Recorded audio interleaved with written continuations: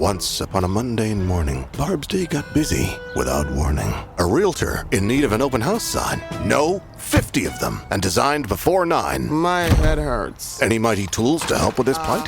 Aha! Barb made her move. She opened Canva and got in the groove. Bulk creating Canva sheets. Create 50 signs fit for suburban streets. Done in a click, all complete. Sweet! Now, imagine what your dreams can become when you put imagination to work at canva.com. I was going to join the show today to announce and break the news to Amin that I had tested positive, just like he broke the news to me on set, on the air, on Levitard, that Zach Harper had tested positive, unbeknownst to me.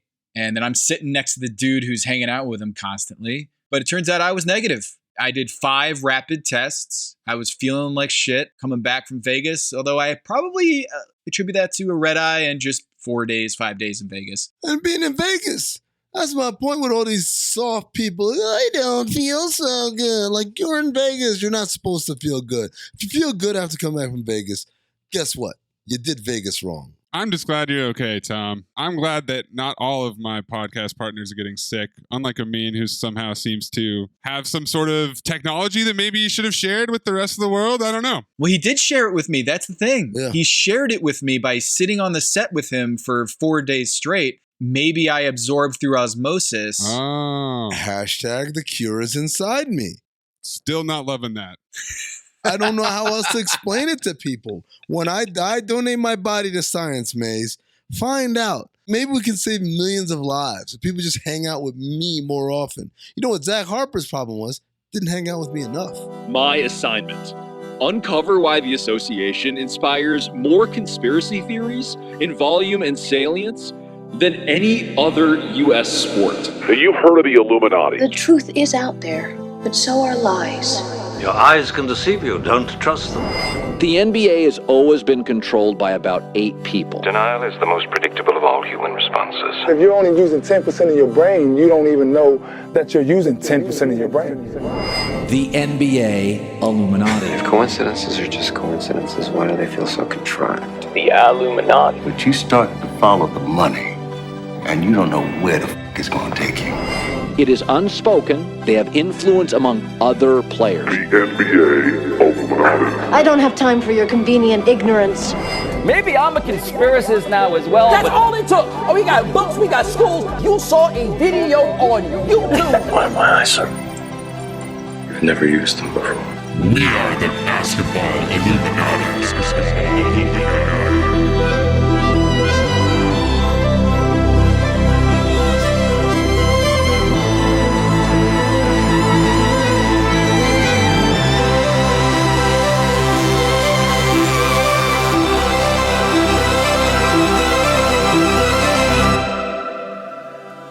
Welcome to Basketball Illuminati. I am Tom Haberstroh, and as always, I'm joined by my 5-star Illuminarmy generals, Amin El-Hassan and Anthony Mays, our producer.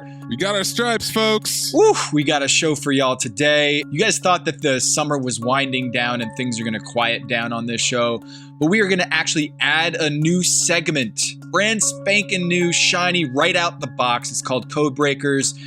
Wait until you hear what we have in store on that. We're also going to hear from our truth teller this week from The Athletic, Count the Dings, our guy, Travonne Edwards, a.k.a. Black Trey. He's going to join us to give us the inside info on the Drew League and that whole Kyrie Irving is coming, but he isn't, and then LeBron James.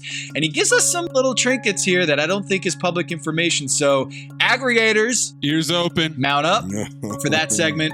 But first, you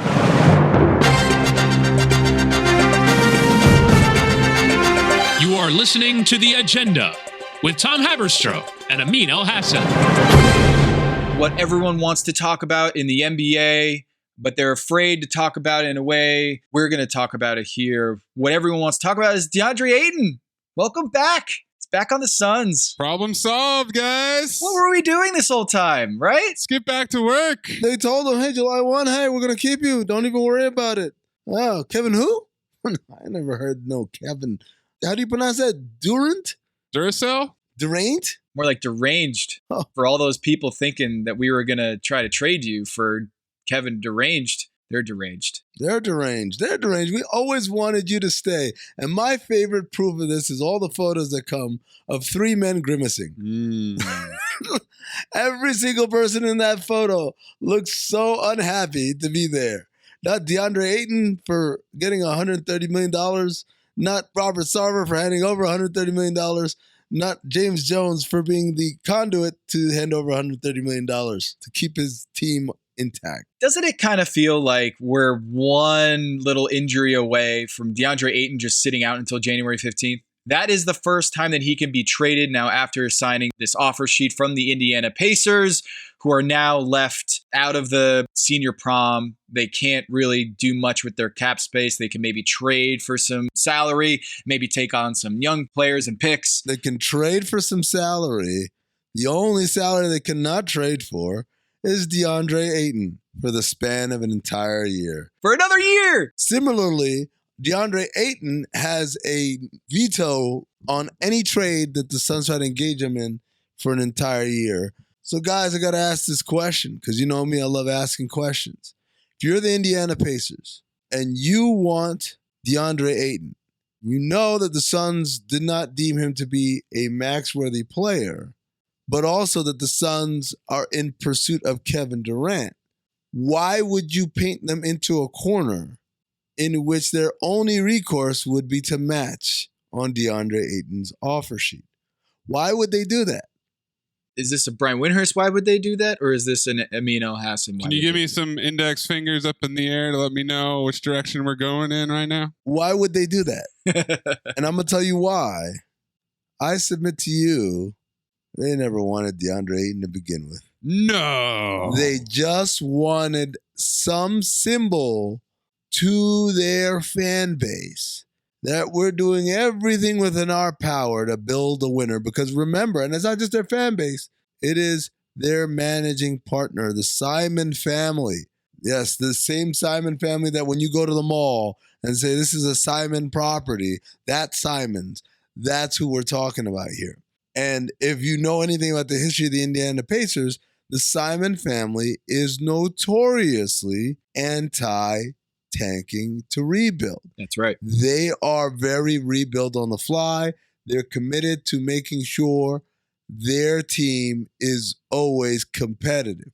Now, if you're Kevin Pritchard and you know the road to salvation can only take us to the valley of the damned, how do you take your ownership on that walk willingly so that the job security is kept intact? And the way you do that is to pursue something that looks very attainable, but in reality you can never have. And in this case, it's Deandre Ayton. It's the perfect storm. They're not going to let him walk for nothing. That doesn't mean they want him. That doesn't even mean they want him at that price. But what they cannot do, the Phoenix Suns, is allow him to walk for nothing because he represents an asset of great trade value for them. So if you are the Pacers and you really wanted DeAndre Ayton, you would just be patient and wait out this entire Kevin Durant saga with everybody else and try to be the third party, the conduit, helping make that deal happen. I know a lot of people say, oh, why did Miles Turner? The reporting that I have been privy to is that they've offered Miles Turner multiple times to the Phoenix Suns, and the Phoenix Suns have rejected Miles Turner every single time. My belief is this has less to do with Miles Turner and more to do with, again, we're waiting to see how this Durant thing plays out. As a result of all of this, you know that waiting gets you your guy. Not waiting almost assuredly doesn't get you your guy. So why else would they move when they did? It's because they didn't want him to begin with. Okay. I'm starting to see the Indiana side of this a little clearer now. Thank you, Amin. Third eye's activated. I could feel it in the room. Let's go to the desert. Let's go to Phoenix. You told the world. Robert Sarver told DeAndre Ayton to his face that he doesn't think he's a max player. Yes. Fast forward to now. They have him under contract for a record-breaking offer sheet. Ho, ho, ho! Record-breaking, never been done before. Unprecedented, Tom. No one has ever seen a deal like this, man. It's crazy. Do you guys hear that sound? The cyclonic winds of change? Of the spin cycle. Oh, I see. I hear a different sound. I mean, kind of like a wet sneaker on a linoleum floor, walking down the hallway, slowly getting louder and louder. Maybe our friend Greta can help us figure out what this sound is. Mr. Sarver has done nothing to improve this team in the 14 years he's owned it. He's never funded or bought, paid for 2 or 3 key players, which make any sports team, professional sports team, successful or on the road to success. He's so tight, he squeaks when he walks. And you have been negotiating with this kind of person? Shame on each and all of you. The Ayton contract is a record-breaking contract from the standpoint that we've never seen an offer sheet this large before. However, that doesn't mean that this is the most that the Phoenix Suns could have signed him for. In fact, by matching the offer sheet of the Indiana Pacers, not the incumbent team, an outside team, I mean, doesn't this get DeAndre Ayton at a lower price than what they could have? It's not the max that they could have signed him. It's actually just the max under this sort of offer sheet scenario. Yeah, so when they say it's a record-breaking offer sheet, what they mean is never before has a restricted free agent received a formal offer sheet from another team forcing his team to either match or let him walk away. Even within that context, the term unprecedented, biggest ever, all of these terms are misleading because it makes it seem like up until now, people were only willing to offer this much. But then here came this team to offer more than anyone else offered. Kind of like what we see in baseball and in football. Like when Kirk Cousins became the highest paid player in the NFL in 2018. The reality is, in basketball, max is a term that is only applicable as a function of a percentage of the cap. Higher salary cap means higher maxes. And our salary cap has pretty much gone up continuously over the last decade plus, maybe even more. Under this current collective bargaining agreement and its revision, we've just continued to go higher and higher with the salary cap, which means the maxes have gone higher and higher. Furthermore, the max for a player who is a restricted free agent is by definition always going to be the lowest possible max, 25% of the cap. So there are bigger deals out there. It's just his happened to be an offer sheet because he's a restricted free agent. So again, all of this is posturing and glad-handing for the agents, I guess, and the player and even the teams involved to make it seem a lot more grandiose than it is. But to go back to your original question, Maze, I submit to you that Robert Sarver still doesn't think DeAndre Ayton is worth the money. But he's better off to have at that money with that amount of years than to not have him at all. The number one probably scenario for the Suns where DeAndre Ayton gets max would have been a sign and trade. The number 1-1-1 scenario would be a sign and trade in which Kevin Durant becomes a Phoenix Sun. Right. But outside of Kevin Durant's availability, the top priority would have been to sign and trade him away and get good players in return.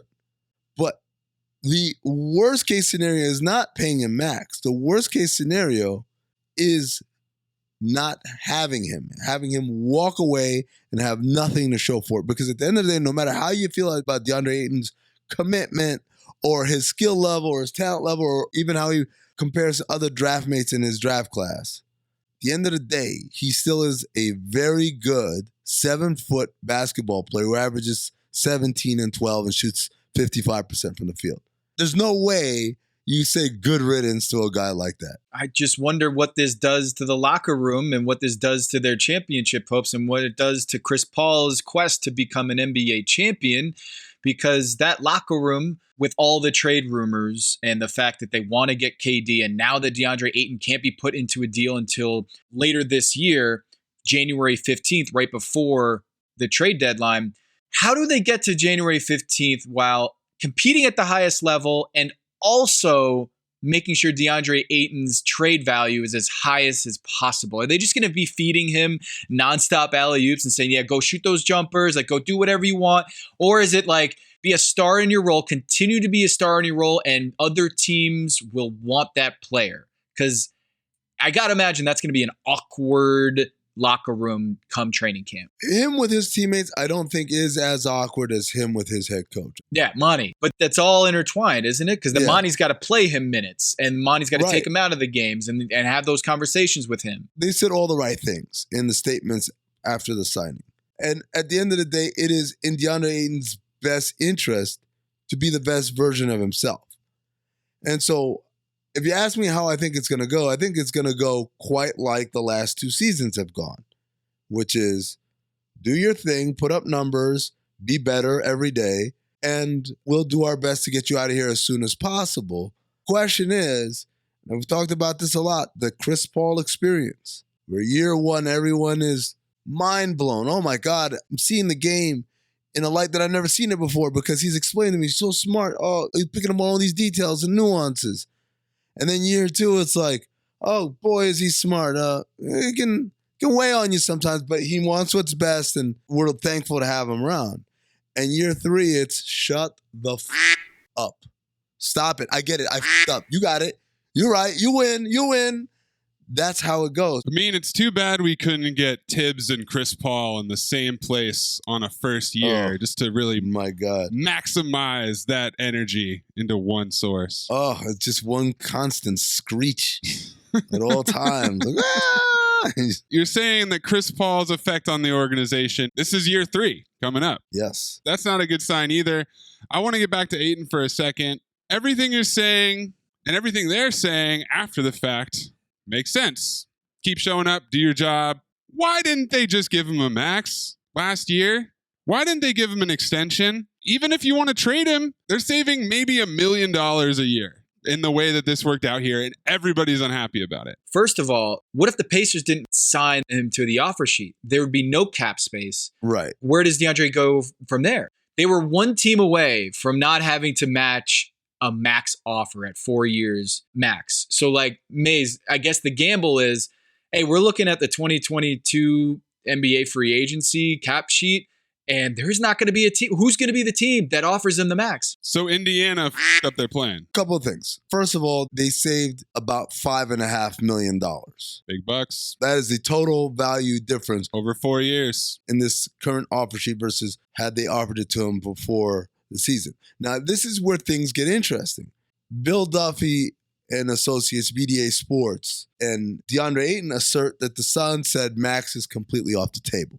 The Suns' assertion is that, no, we told them the 5-year max is off the table because the 5-year max would then lock them into their 2 designated rookie extensions to Booker and Ayton, preventing them from the ability to trade for another person on such a deal.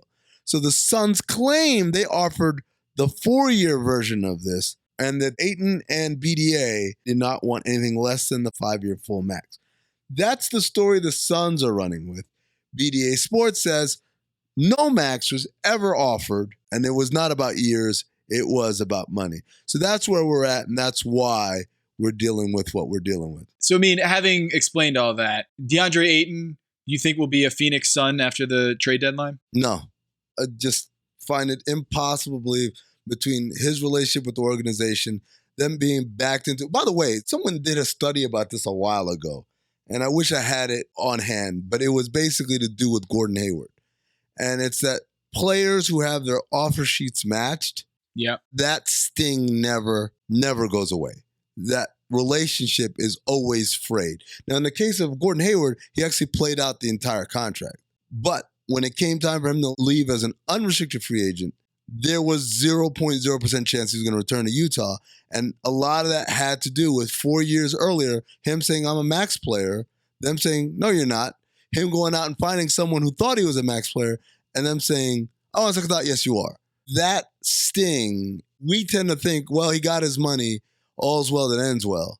But players tend to remember and they don't forgive when it comes to that. And so in the case of Ayton, where it was a lot more contentious than the Hayward situation, And you throw on top of it the Chris Paul element. I would imagine that as soon as he's able to be traded, we're going to see a very robust trade market for Deandre Ayton. Doesn't really make much sense to me that Indiana does this offer sheet while coveting Deandre Ayton that much, because it locks him out for a year. It locks him out.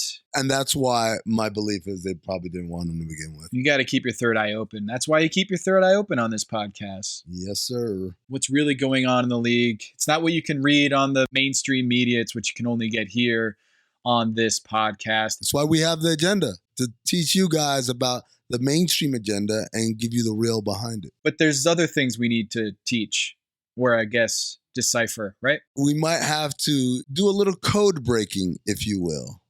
How about a new segment, boys? Let's do it. Let's call this one Code Breakers.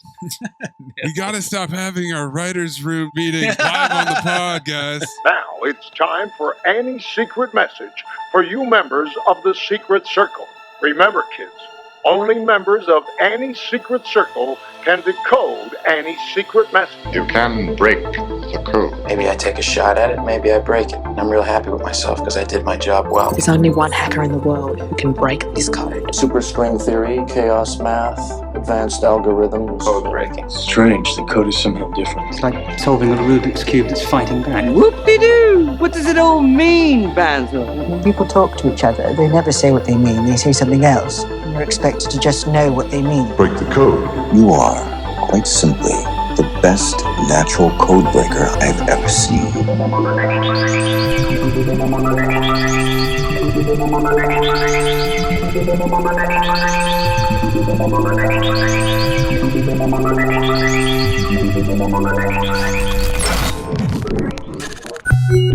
Code Breakers, boys. We got a new segment wherein we will decipher for you what's being said and translated into the actual messaging that's taking place. We were kind of feeling like the Genie Bus tweet. We were dipping our toes into these waters, and we discussed off air, we should just devote a segment to this, is that we take a tweet or a quote or a story and we decipher it, we unpack it and translate it for the masses out there, the Illuminati that is listening to this program. And we've got a doozy coming up here. So all I saw all over the Twitters, all over the interwebs, all over the internet search engine, that's a future callback for a week from now. This is an unprecedented statement. No one's ever come out and been this open about their feelings. A former agent with the player, the relationship is dissolved, and no one's ever said it so explicitly. So we gotta unpack this statement. On Friday night, ESPN reporting, Adrian Wojnarowski reporting, 10:44 p.m., tweets out a story, because it can't come through a bunch of tweets. It's too long.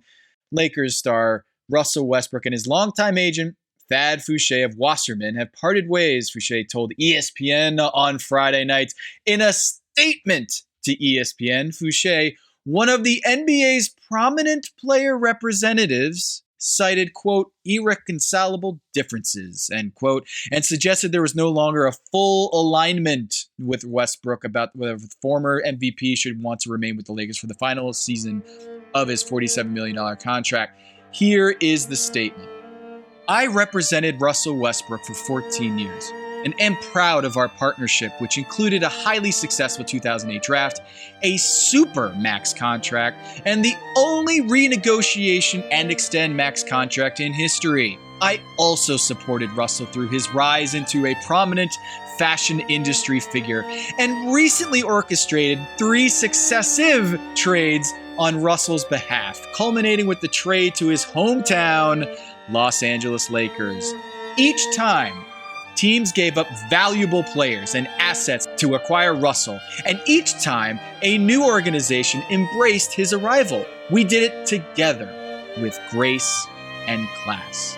Now, with a possibility of a 4th trade in 4 years, the marketplace is telling the Lakers they must add additional value with Russell in any trade scenario.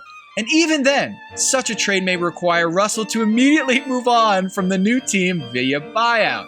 My belief is that this type of transaction only serves to diminish Russell's value and his best option is to stay with the Lakers, embrace the starting role, and support that Darvin Ham publicly offered.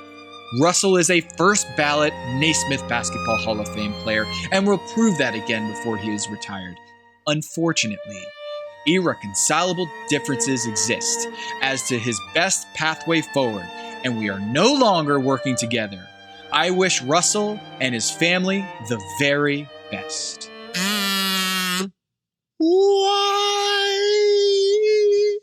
Why? Why would Thad Fouché do such a thing? To what end? Agents and players split up regularly. You hear about players being with one agent, then with another. LeBron started with Goodwin Sports. And then he moved on to Leon Rose at CAA.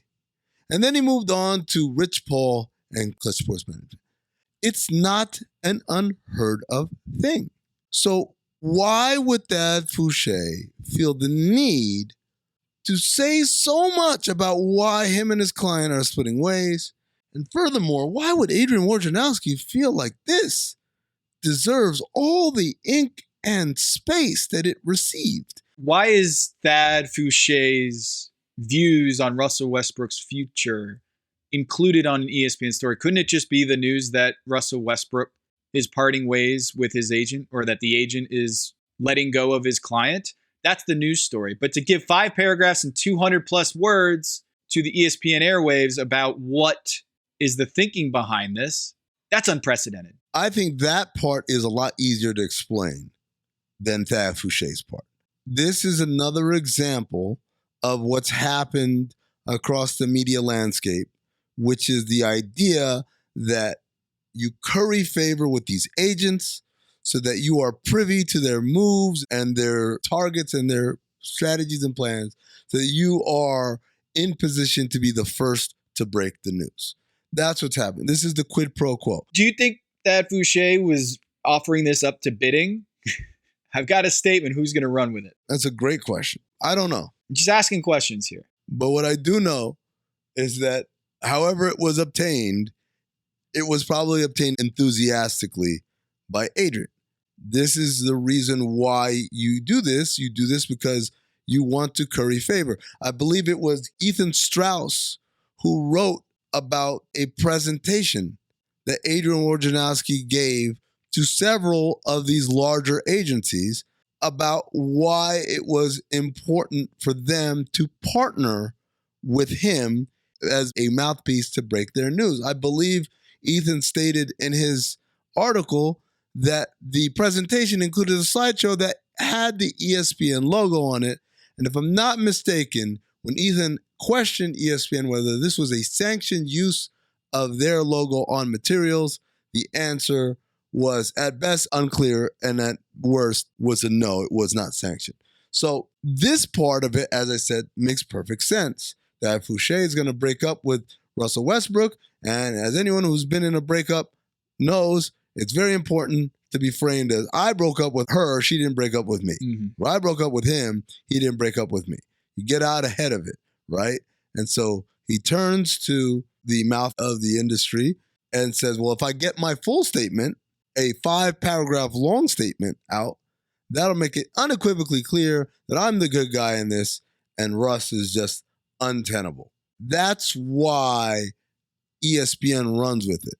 For Thad Fouché, if his belief is that this will somehow make him into some sort of martyr, I don't know how that helps. Even if every word of what he said was true, it still puts him in a place where he betrayed the confidence of a client and threw him under the bus in order to make himself look good. Ain't good for business. While in his plain words, saying that he wants the best for that person, saying that essentially he wants to preserve Russell Westbrook's value in the eyes of the league. But he says so many specifics here, the hypotheticals. Now, with a possibility of a fourth, he doesn't need to say all this. It's an unusual and unnecessary amount of incredibly descriptive detail. He could have just said, he and I have a disagreement about the best positioning for his future. You say irreconcilable differences, the end. Everybody knows what that means. Boys, I'll do you one better.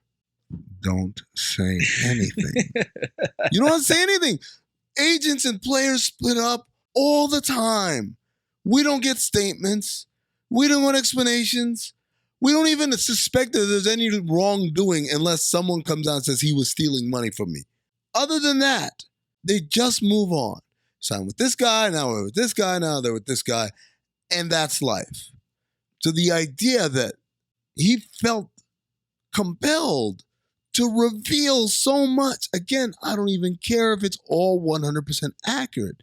It does him no favors, and it certainly doesn't do Russell Westbrook any favors either. It does do a favor to LeBron James, though. What's that? If Russell Westbrook is trying to bolt out of the Lakers, that makes him persona non grata among the fans, right? Oh. Thad is saying in here that he's essentially outing Russell Westbrook as making a trade demand and wants out of the Lakers.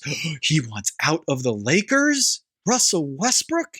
To the point where Dan Woike at the LA Times is reporting that, in fact, there has been no trade request from Russell Westbrook at all from the Lakers. He has to go put that news story out, and that there isn't a trade request, even though the agent is insinuating that there has been a soft trade request from Russell Westbrook. Who would want this letter out there? In my head, I'm saying LeBron James would want this letter out. This is really interesting, Tom. And we'll learn a little bit later when we get to the Truth Teller segment and talk to our buddy Black Trey about the psychology of LA, of the Los Angeles market, and particularly its relationship with the Lakers organization, and how important it is to portray in certain ways, reaffirm your commitment to not only the city, but also that Laker brand. And so by Russell Westbrook violating that covenant, according to Thad Fouché at least, that puts him squarely as persona non grata, squarely as the scapegoat for everything wrong that happens with the Lakers. It's an interesting theory. I thought you were going to say the person who benefits the most is Adrian, because once again, he has the inside scoop on something basketball business related. And moving forward, we can only assume that the tips from Wasserman Media Group, which is the former agency of Arn Tellem, once one of the most powerful agents in all the land, it continues to have that relationship now between them and Adrian. I thought that was the way, but you know what? You've opened my third eye, Tom. And I kind of like that this helps LeBron in that he kind of has someone who is going to take the shrapnel from the fallout of perhaps another disappointing Lakers season. 8:23 Pacific time on Friday night, 11:23 Eastern. Rich Paul tweets from his official Twitter account, "It's a cold game." 30 minutes after the story drops about Russell Westbrook wanting out of the Lakers and having his agent drop him as a client, to which LeBron James retweets and quote tweets with facts, exclamation point, exclamation point, exclamation point.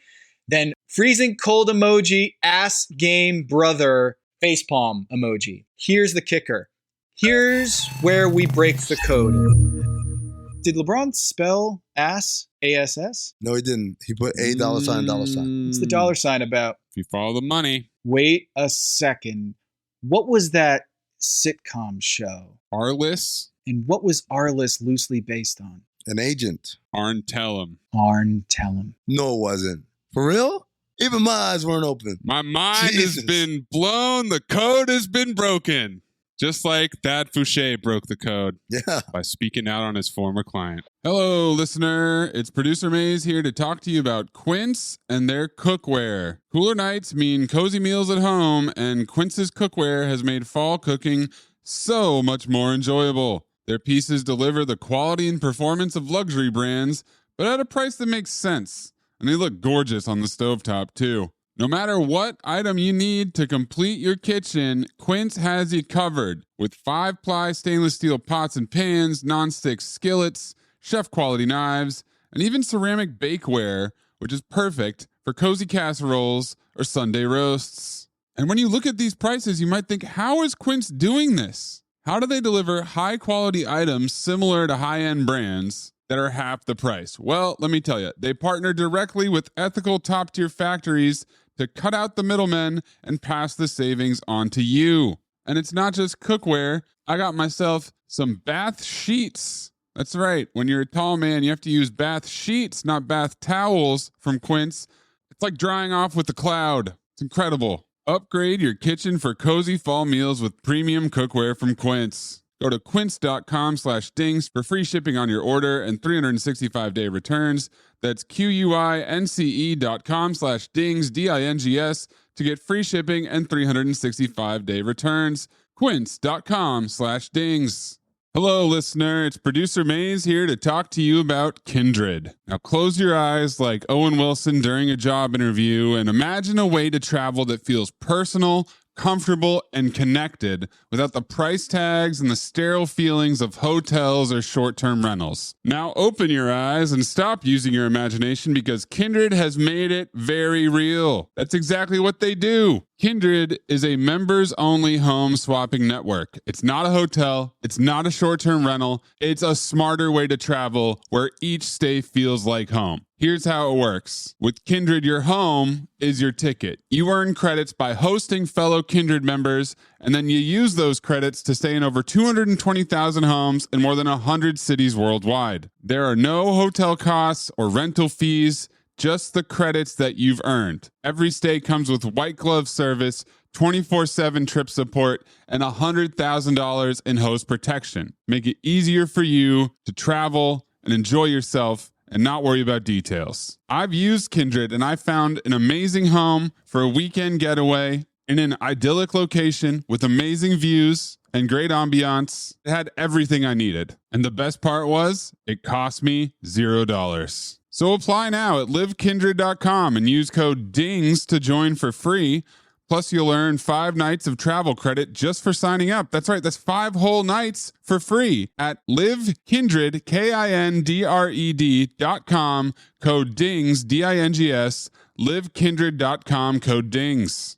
You all think I'm late. Well, I'm not late. And I'm going to stay right here and fight for this lost cause, even if this room gets filled with lies like these. And the Taylors and all their armies come marching into this place. Somebody will listen to me. There's no better way to overpower a trickle of doubt than with a flood of naked truth. But the complexity and the gray lie not in the truth, but what you do with the truth once you have it. What is true and right is true and right for all. You and I both know that that's just not the truth. You can't handle the truth. Too messy. Keeps them up nights. I'm here because in the end, the truth is worth the risk. Speak a little truth and people lose their minds. I'm a grown man, you can tell me the truth. Why is it people who want the truth never believe it when they hear it? So you know what I'm going to do? I'm going to do something really outrageous. I'm going to tell the truth. We have secured the line with our next truth teller. This is a long time coming here on the Basketball Illuminati podcast. It's our friend, our pal, Compton's own, LA native, my guy, Black Trey from The Athletic. Thanks for joining us, man. Thanks for having me, man. I was waiting to get my invite. It was going to come, man. You know it was going to come. Yeah, no hard feeling. Happens when you least expect it. That's how the Illuminati calls on you. We didn't know if we wanted to disclose your position behind the curtain, Trey. I get it, man. This is how Tom gets all the rumors from me. Secret's out now.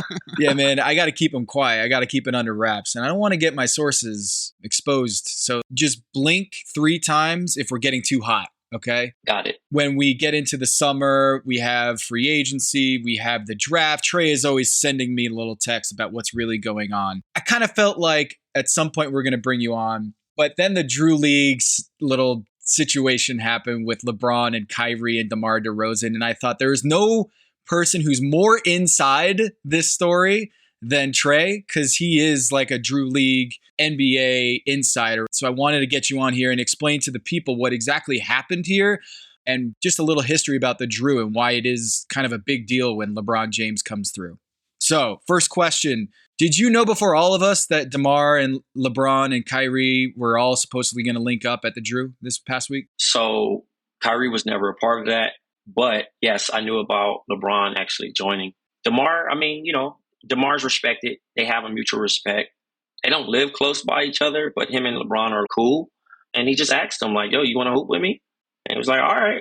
And he's been itching to play anyway. LeBron's been out here in New York working out with Brickley since he got the early exit. He didn't get a chance to play in the playoffs. This was a chance to see all the hard work and see if it's paying off. You know what I mean? And he had to shake off, I guess, some rust or get off that jitter. So the Drew League was one of the best places to test out some stuff and see if he still has it. Did you say shake off some rust or rust?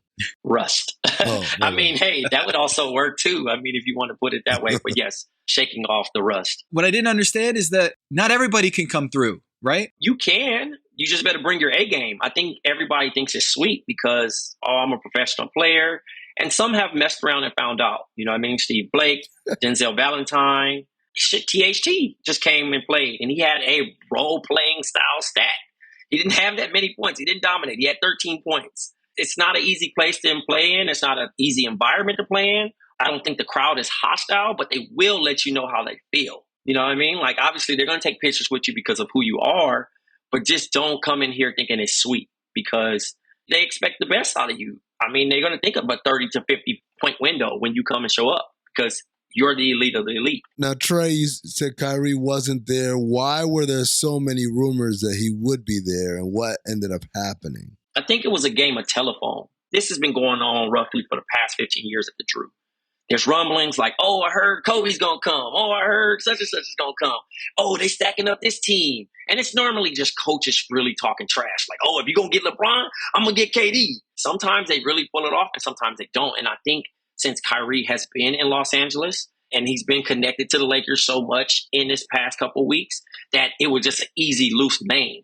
So I don't want to put too much blame game on Dino or the respective reporters who this, that, and the call. But I think Dino was so caught up in the moment of saying, hey, LeBron's supposed to show up, Kyrie's supposed to show up, and this is before people are actually showing up. So, you got reports of like Kyrie's supposed to suit up for the No Limit Soldiers. Not even a team.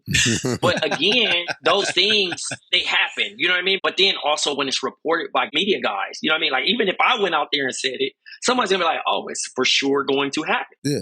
It's a guy from The Athletic saying it. Yeah. Or it's the guy from ESPN was saying it. So it's a respected source. So of course, why would he not show up? But I think it's unfair to Kyrie because he never said he was going to play. He was always going to help Phil Handy with this girls' camp at Sports Academy. It never was agreed upon that he was going to play. Now the narrative's thrown, that's just Kyrie. And it sucks because he's trying to get away from that. You know what I mean? He has been doing a lot of stuff throughout the past year and a half where you're going to question that. But in his defense, this wasn't on him. This was just caught in the moment and throwing his name loosely out there. He hadn't touched Twitter. He hadn't been a part of none of that. He had been at the gym since 8 a.m. working out young girls with Phil Handy. Wow. So everybody's killing him like, of course, Kyrie would not show up. But it was an easy sell, too. Even though the Drew League doesn't make money through admission, you get sales through candy, the snack shop. Concessions, yeah. And you get the publicity of the sellout. Not only a draw from LeBron James, but you get the draw of a future quote-unquote Laker in Kyrie Irving, who Laker fans are now standing after. You know what I mean? So, like I said, I don't want to play the blame game because it even came out to a point of like, maybe he'll show up a little bit later today. And it's like, he's not coming. Yeah. He never was going to come. And I'm like, it sucks. You know what I mean? But it's like, are you calling Dino a liar? And it's like, no, I don't think he's a liar. I think he just got caught in the buzz of, I heard, because someone else is just running their mouth saying, bruh's going to come. But yeah, this is like straight barbershop playground. You know how you done with your game and you're on the sideline and somebody got their shoes off or no one's really leaving. They're just hanging out there. People just talk, man. It's the culture of the game at the grassroots level that people just talk. They say things. And I guess the confusing thing for me is how it escalates from just the usual shit talk that happens in that area to being reported by somebody. And then how does that not get verified with the actual dude? Yeah. Wouldn't that be your first call? Yo, I heard you're pulling up to the Drew today, Kyrie. Is this true? Well, I think that they don't have a direct access to him. He's the one player outside of Kevin Durant who also has been working out at the academy. Right. These two dudes have cut off their pipeline. Both of you guys have covered teams over the years where you had that locker room access, you had that connection where you could text a guy and say, hey, he ain't going to tell you too much, but he going to tell you enough to kind of connect it. You know what I mean? And I'm talking to his trainer, literally talking to his trainer, like, yo, Kyrie playing? Oh, he not? I'm just going to watch this for LeBron. I don't have anything else. And I'm watching the shit just develop. Maybe Kyrie walks in while LeBron's playing. And I'm like, I don't want to shit on everybody's parade, but I'm about to do it eventually because I want people to go home. I want you to get your Saturday back. You know what I mean? If you had to guess why Kyrie didn't say, hey, I don't know where this is coming from, but I'm not going, why wouldn't he say it? I mean, I'm sure he's been told by his agent or somebody to not entertain and just do this because, again, even through the vaccination things, we didn't have any info. It was all assumptions. Oh, he didn't want to get it because of this. Oh, he didn't do this because of this. And da-da-da-da. It's never been out his mouth until he actually addressed it and went on about it. And then people were like, okay, that was it. But the story is when you get one report that this, and the third, it has its own legs. And now we can't control it. Is it that part of the idea or the allure or the whole like he's controlling the strings or pulling the strings, Kyrie, is that when there's an absence of information, people just run wild. Oh, they lose it. About what he's going to do. I don't know if he enjoys that. It feels like he likes it. But it's almost like, see, y'all just ran with it. I'm going to show up to the Drew League, and I had nothing to do with that. Y'all can't be trusted. I think it's been like that for the past 3 years, where he was just getting such pushback, especially when the access got cut, right? COVID, things of that nature. It was like, I actually have power in this situation. You know what I mean? Because, again, we're journalists, we're weasels, kind of. We hang around, we get a little something, and it's like, all right, cool. And you might got a homie, a rookie that don't know, and he running his mouth about some shit. Now that's how we got a story. And in this situation, he feels that sense of, yes, we're the new media.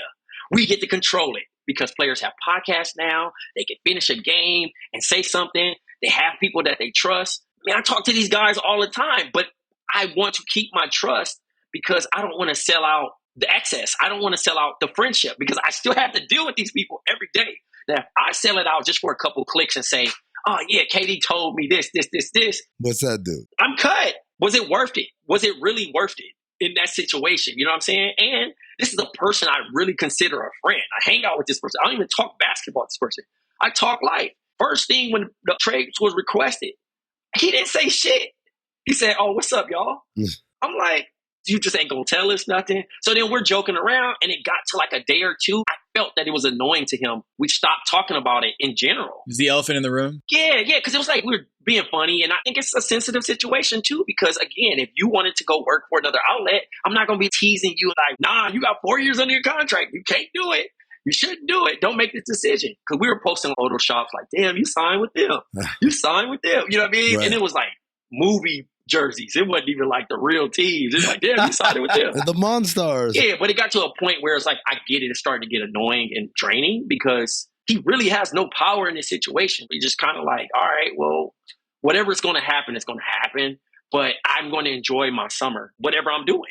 In the words of Scottie Pippen, you're not going to fuck my summer up. Trey, you were in the gym when Kobe came to Drew League in 2011, right? Mm-hmm. I know you weren't there for LeBron this year, but you were there for LeBron in 2011 also, right? Yes. Can you describe what that summer 2011 was like at the Drew League? It's the real Drew when you really think about it. And when I say the real Drew, there's no sponsorships. The gym is super small. If it's hot, it's super sweaty. People can't stand on the sideline like how it was at King Drew, right? The fire marshal literally comes in and says, hey, you don't clear the sideline, we're not having this game. It gets to that point. You got police escort. Twitter is still fairly new, so it's kind of word of mouth. So how that Kyrie thing happened, that's how it would happen weekly. Because after July 1st, the love of the game rule passes, and now NBA players are sanctioned. And at this time, it was lockout, so nobody's abiding by no rules. Everybody's just loading up teams. That's why you got guys in that picture I'll upload it with Marcus Banks. You got guys like Rhino Craig Smith, Ed Davis, just random guys just trying to get a run in. So when you got a Kobe showing up, you got the sheriff escort, and he's like, no, let me do my thing. Nobody here is going to do anything. He's not thinking the negative. I'm here to play a basketball game. They're going to clear, and they're going to let me rock. And with that intensity of Kobe and LeBron, even when LeBron showed up, this is Miami Heat LeBron. So the athleticism there, the speed's there. You're getting to see who they really are outside of the slander you're giving from your television or your cell phone.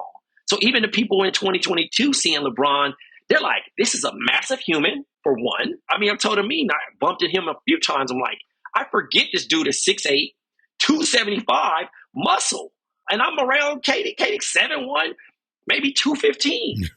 It's a night and day thing, and these dudes are both strong and very talented at what they are. LeBron's ankle is the width of my thigh. It's insane. His legs are huge, huge. When you see it in person, it's just nuts how big he is. So, like, when he rolls in, I can't remember. I watched the one that they came down to FIU and LeBron and CP, I think John Wall was there in Miami. Mm-hmm. But did Kobe actually play LeBron, or was it just separate games that they happened to play at the Drew? So they had a Drew League All-Star game. Kobe's not even supposed to play in this game. It's a young, acne-faced DeMar DeRozan, six-man James Harden, Ed Davis, Marcus Banks. It's a few Drew League All-Stars who were, quote-unquote, picked to play in this game. Yeah, what if they were like, hey, Kobe, we're good. We're good, Kobe. We got our squad. You can only imagine, right? But it's Kobe. He's coming off 2 back-to-back rings. In this situation, all right, cool. You played in the Rucker. Come earn your keep here. You know, there's stories of him playing at Venice Beach, but playing at the Drew is different. You got NBA refs, you got NBA rules, it supports, and the talent matches. It's the best talent in the game, right? So in this particular situation, this is a young James Harden, a 6th man of the year James Harden, basically saying, I'm better than you. He's telling Kobe that. At this point, Kobe has already heard word of mouth that James is averaging 40 in this league. This is when James is just now developing how to attract free throw attempts. So in this situation, they're matched up. They're going bucket for bucket. They have 40 apiece. Kobe gets his chance. He gets into a spot. He misses. James comes down, tries to get to his spot. He misses. Kobe comes down to the same spot, wins the game. Buzzer ends. Crowd rushes him. Josiah has posted that video, the actual footage of it live. You know what I mean? Because there was only 2 people that were actually capturing footage at that time. Josiah and M. Grads. M. Grads used to be the camera guy, like at every gym. He can really honestly say that he was in every facility with the Jerry Springer camera. Literally in there, shooting the documentary, capturing all this footage. Because I even did a charity game where Brandon Jennings scored 81 points. And someone did a small write-up and was like, how could he score 81? Trevor Ariza played in that game, Pooh Jeter, Bobby Brown, etc. And the only person who has the footage, I got 2 dunks in this game. I scored 10 points. It's M. Grads. No wonder Trey knows where that footage is, guys. It does seem like this is like a sacred thing. LeBron going to the Drew, first time in 10 years. Yeah. If anybody's going to get him to go, it would be DeMar. The first time it was Barron. Because I was wondering, as my third eye is opening, as I'm reading about this story, I'm like, wasn't it DeMar that wanted to go to LA and take that spot that is now occupied by Russ Westbrook? It was supposed to be a sign and trade. And so LeBron, by going to play at the Drew with DeMar DeRozan, it's almost like, that's my guy. What could have been? Yeah, it was on some like, hey, I always loved Debo. And he shouted him out a couple times. The Compton brand that DeMar has, they have a mutual respect for him. I think DeMar is by far, if not him and Russell Westbrook, are the most respected in the league. They just get 2 different storylines, right? DeMar's super quiet. He doesn't really talk about much, but guys love him. When Russ was coming back to LA, did you foresee this being as bumpy as it has been? Absolutely. Homecomings don't go as well for most people. And for Russ, why did you expect that this was not going to be smooth sailing? Well, for one, he got to do whatever he wanted in Oklahoma. Los Angeles, the media beat is just like New York Knicks. You know what I mean? You covering a New York team, the expectations are so high. The Lakers probably ain't won. The bubble, you can count the bubble, but ain't won in like a decade. They ain't been good. So the expectation is there. You got Ram, you got whoever is on the beat asking the tough questions. And of course, the snarky remarks, it don't fly well here because the fans don't care either. They don't care if he averaged 2 points a game as long as the Lakers win. That's all the Lakers care about. And I think that's the difficulty even with LeBron sometimes. Although people were gathered with their phones out, LeBron is still a draw. They had on their Kobe's. They had their Kobe jerseys on. Mm-hmm. It is a cult. It is divided in 3 different parts. You got LeBron stands, you got Kobe stands, and you got Lakers stands. And they can't coexist. Yeah. It's a very small subsection in the middle of that Venn diagram of people who support all 3. Exactly. So when you throw in a Russell Westbrook, you're being snarky. You're costing the games. You're careless with the turnovers. Because people listen to LA radio. They're in traffic. They want to hear about the Lakers. They want to hear about the Dodgers as well, but they mainly want to hear about the Lakers. And when you hear about the Lakers, it's like, are we going to fix things? They should fire such and such. They should trade such and such. He's not built to wear this jersey. This is legacy, the expectation. Russ doesn't play in the Drew. Never played in the Drew. Russ doesn't work out and play in open runs with anybody. He is by himself. This doesn't bother the outside effect of it, but when you're playing for the Lakers, that's why his kids are hearing it. The teachers are like, what's up with your dad? Because people are really passionate about the Lakers. That's one thing you cannot play with. You cannot play with. He's got to know that, though. But he lives in his own bubble. That's why he can't say that I don't care. That's why out of all the three people, he's the first to go. Next up, AD. Because LeBron, he's averaging his numbers, but they're losing. AD, they're like, okay, cool. You were supposed to be the next person and giving Bron a break. We were supposed to hand the keys. We got AD. He's just comfortable. He's soaking up the lifestyle. And that's the thing. It's so tricky. I had a conversation with Nick Young back in 2014. He got a chance to play with the Clippers and got a chance to play with the Lakers. The Lakers were very bad at that time because Kobe was hurt and they were just goofing around. Right. The wildest thing about what he said about playing with the Clippers, he had more success with the Clippers because they made the playoffs. He was making threes. He had a role. Right. In this situation, the treatment was different. You go places, the restaurants. Oh, he plays for the Lakers. It's red carpet. And this is funny. Quote me on this if you want. But he said that Kobe owned cows. And the cows were fed certain grass that made the beef tender and all this stuff. And they had different type of food than the Clippers. The treatment was just completely night and day, even though they were the worst team out of the two. You know what I'm saying? I definitely thought Trey was taking us down a Kobe beef path. Me too. I wish I could be that clever, but like that was the thing, the expectations of it. Yeah, they literally had better food at the same building. In the same building. And it was just the treatment was so different of being a Laker. We've watched guys in the past struggle in this uniform, Ramon Sessions, because the attention is there. You could be the 12th man or you could be the first guy who leads this team to a championship. You have to be built to put that jersey on. It's sink or swim, straight up. You cannot be a bum. Even Trevor Ariza is from L.A., not succeeding. They were like, oh, we're going to get this Trevor Ariza who won in 2008. I love Goose, but it is night and day. Here's the reason I know Trey is 100% truth teller. Because Trey's not a Laker fan. This is someone speaking who does not like the Lakers. At all. Or did not grow up liking the Lakers. But someone who's intimately familiar with Laker fans. And with the culture. To this day, my favorite Laker is Nick Van Exel. My favorite Laker is Nick Van Exel. Some people who love the Lakers' favorite Laker is Eddie Jones, who was traded away. They didn't understand why he was traded away. They didn't get it. When Kobe airballed, they wanted his ass shipped out of there. They weren't getting it, bro. It took a while before that. And if Kobe would have been traded to Chicago back then, oh, this not happening. No statue. It's not happening. Because they were turned on Shaq easily. That's the thing. You are a rental when you play for the Lakers. Unless you retire a Laker. Unless you retire a Laker. And Kobe did 20 of them. Magic is solely the face of Lakers. Straight up. There's never going to be, I don't care if LeBron ever won 6 in that jersey. Nothing is ever going to outshine Magic. Winning time, baby. Because he got it jumping. The Showtime Lakers, your uncle, your auntie, your grandpa, your older cousins, they're going to tell you about them Showtime Lakers and how the farm used to be in Inglewood and how those parties used to be and how crazy it was. That's the reason why I became a Bulls fan, to spite my family. They had those Wheaties posters. They were posting the championship team photo. It would come in a Wheaties poster. And the first one I fell in love with, it was red. It was Michael Jordan. Man. And I said, I don't care if they're not good. That's my guy. And they happened to match up when I was 6 years old in 91. And Mike did this. I never looked back. The rest was history. Trey's on that trade machine trying to figure out how to get KD to the Bulls. Hey, man. You know, I'll show the Tony Kukoc workout picture. He'll hand him the Kukoc jersey himself when he walks in the door. Number 7. Well, Trey, thanks for telling us the truth and keeping our third eyes open. Hey, man. Thank you for letting me join the Illuminati for a brief second. Hopefully I'll be back. Oh, no. You in it for life.